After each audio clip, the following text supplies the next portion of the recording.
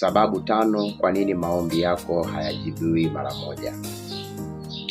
Watu wengi hujiuliza swali hili: kwa nini ninaomba lakini majibu hayaji haraka? Biblia inatuonesha kuwa Mungu anajibu maombi, lakini wakati mwingine majibu yanakuja kwa wakati wake. Ile Yeremia 33 ule mstari wa 3, neno la Mungu linasema, niite nami nitakuitikia, nami nitakuonesha mambo makubwa magumu ya ajabu usiyoyajua. Sababu ya kwanza ni kwa nini maombi yako hayajibiwi mara moja. Sababu namba 1, Mungu anakujenga kiroho. Sababu ya kwanza ni Mungu anakujenga kiroho. Kitabu cha Yakobo sura ya 1 na ule mstari mzuri wa 3. Hebu tusome. Biblia inasema katika Yakobo hiyo 1 mstari wa 3, ukifahamu ya kuwa kujaribiwa kwa imani yenu huleta saburi. Saburi na iwe na kazi kamilifu, mpate kuwa wakamilifu. Biblia imezungumza wazi kwamba kujaribiwa kwa imani yako huleta saburi. Sasa hii sababu ya kwanza, Mungu anakujenga kiroho, ni Mungu anataka kukujenga kwanza. Katika maombi yako uwe na uvumilivu na ukubali ya kwamba Mungu anajibu. Usiwe na haraka sana. Lakini sababu ya pili, wakati wa Mungu bado. Ni kwa nini maombi yako hayajibiwi haraka sana? Sababu namba 2 ni wakati wa Mungu bado haujafika. Kile kitabu cha Mhubiri ile sura ya 3 mstari wa 1, Biblia inasema, kwa kila jambo kuna majira yake na wakati kwa kila kusudi chini ya mbingu. Kumbuka hilo. Hata kama unaomba umefunga siku 7, siku 21, siku 3, kumbuka hilo ya kwamba wakati wa Mungu bado. Biblia inasema Mungu hachelewi, hawai wala hakawii, lakini kwa wakati wake anajibu. Vuta subira, kwa sababu Biblia imesema kila jambo kuna majira yake. Kuna majira ya kujibiwa maombi yako, kuna majira ya kupokea majibu yako. Endelea kuwa na imani, wala usikate tamaa. Mara nyingi umejiuliza swali hili, ninaomba lakini sioni majibu. Nakupa sababu 5 za msingi kwa nini uyapokee majibu yako mara moja. Sababu ya kwanza tumesema Mungu anakujenga kiroho. Na sababu ya pili ni wakati wa Mungu bado. Nataka tuangalie sababu namba 3. Hiyo sababu ya 3 ni nzuri sana, nayo itakujenga kiroho. Sababu ya 3 inasema kwamba Mungu anaandaa baraka kubwa. Wakati mwingine unaweza usipokee majibu papo kwa papo, kwa sababu Mungu anaandaa baraka kubwa sana juu yako. Ila kwa kutokujua utajikuta unalalamika. Kwa kutokujua unaweza kusema kama Mungu hayupo. Lakini sababu ya 3, Mungu anaandaa baraka kubwa. Kitabu cha Waefeso ile sura ya 3 na ule mstari wa 20, sikiliza. Biblia inasema hivi, basi atukuzwe yeye awezaye kufanya mambo ya ajabu mno kuliko yote tuyaombayo au tuwazayo, kwa kadiri ya nguvu itendayo kazi ndani yetu. Atukuzwe yeye awezaye kufanya mambo ya ajabu mno kuliko yote tuyaombayo au tuwazayo, kwa kadiri ya nguvu itendayo kazi ndani yetu. Kuna wakati mwingine unaweza kuwa umeomba jambo fulani, lakini ukahisi kama majibu yako yamechelewa. Kumbe ni Bwana anaandaa baraka kubwa, anaandaa kutenda jambo kubwa zaidi hata kuliko ulioliomba. Jipe moyo, jifunze kuvumilia, jifunze kukaa na kulitafakari neno la Mungu. Tamani nguvu ya Roho Mtakatifu ndani yako. Roho Mtakatifu aachilie maji ya bubujikayo yenye utulivu na kumtafakari Mungu.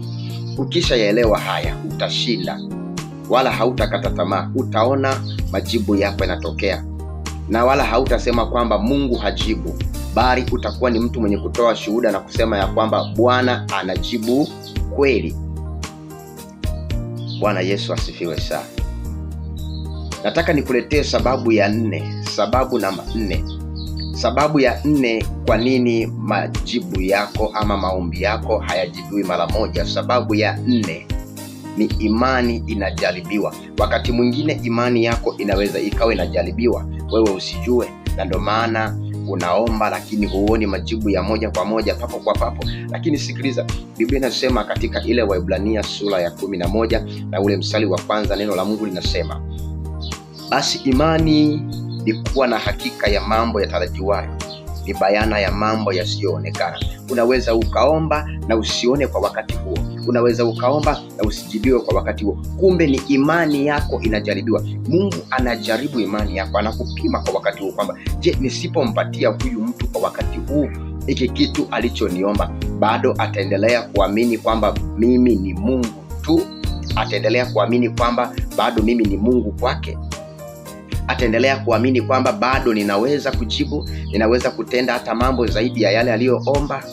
Ataendelea kuamini ya kwamba mimi ni Bwana Mungu wake na nitamtetea na kumuokoa na kumshindia?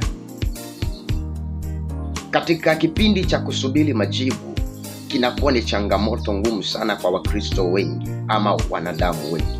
Wengi wanashindwa kuvumilia. Katika wakati huo wengi huhisi kama Mungu anawaacha.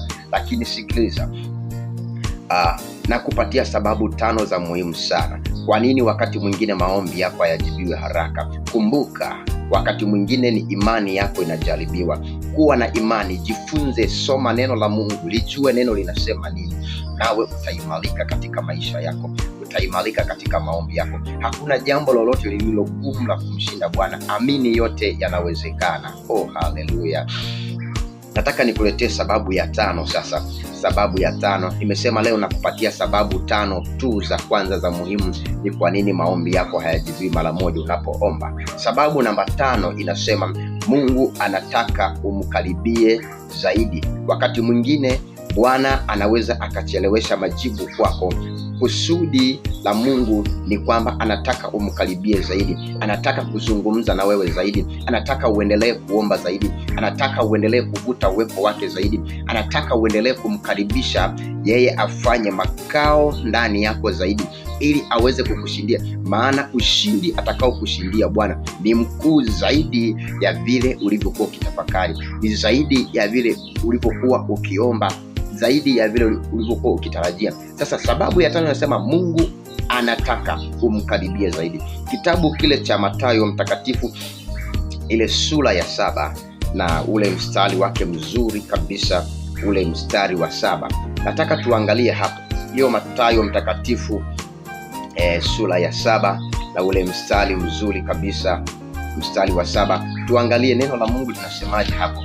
Mathayo 7:7, Biblia inasema hivi: ombeni nanyi mtapewa, tafuteni nanyi mtaona, bisheni nanyi mtafunguliwa. Sasa wakati mwingine unaweza ukaomba usione majibu. Kumbe Bwana anataka uendelee kuomba, anataka aendelee kuzungumza na wewe, anataka aendelee kukuweka karibu zaidi, anataka aweke urafiki wa karibu zaidi kati yako wewe na yeye. Anataka akufunulie siri nyingi, maana kadiri unavyozidi kukaa karibu na Bwana, unavyozidi kuomba, ndivyo unavyofunuliwa siri nyingi za ufalme wa mbingu, ndivyo unavyofunuliwa siri nyingi na mbinu nyingi za namna gani ya kuweza kushinda katika maisha yako ya kiroho, kushinda katika maisha yako ya kimwili, kushinda juu ya jaribu ulilo nalo, kushinda juu ya mateso ulio nayo. Amini, endelea kuomba, usikate tamaa, endelea kuomba.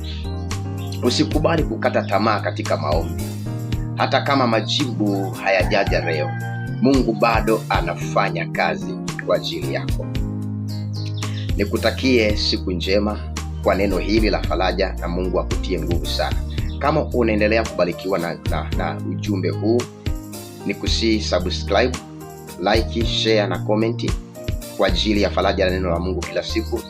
Share kwa watu wengine ili na wao wapate faraja. Kuna wengine wanapitia kipindi kigumu, hawajui ni kwa nini majibu yao hayajibiwi kwa wakati. Sasa sababu hizi 5 pia zinakufungua na kukusaidia kujua ni wakati upi ambao ni sahihi kujibiwa majibu yako. Endelea kuomba.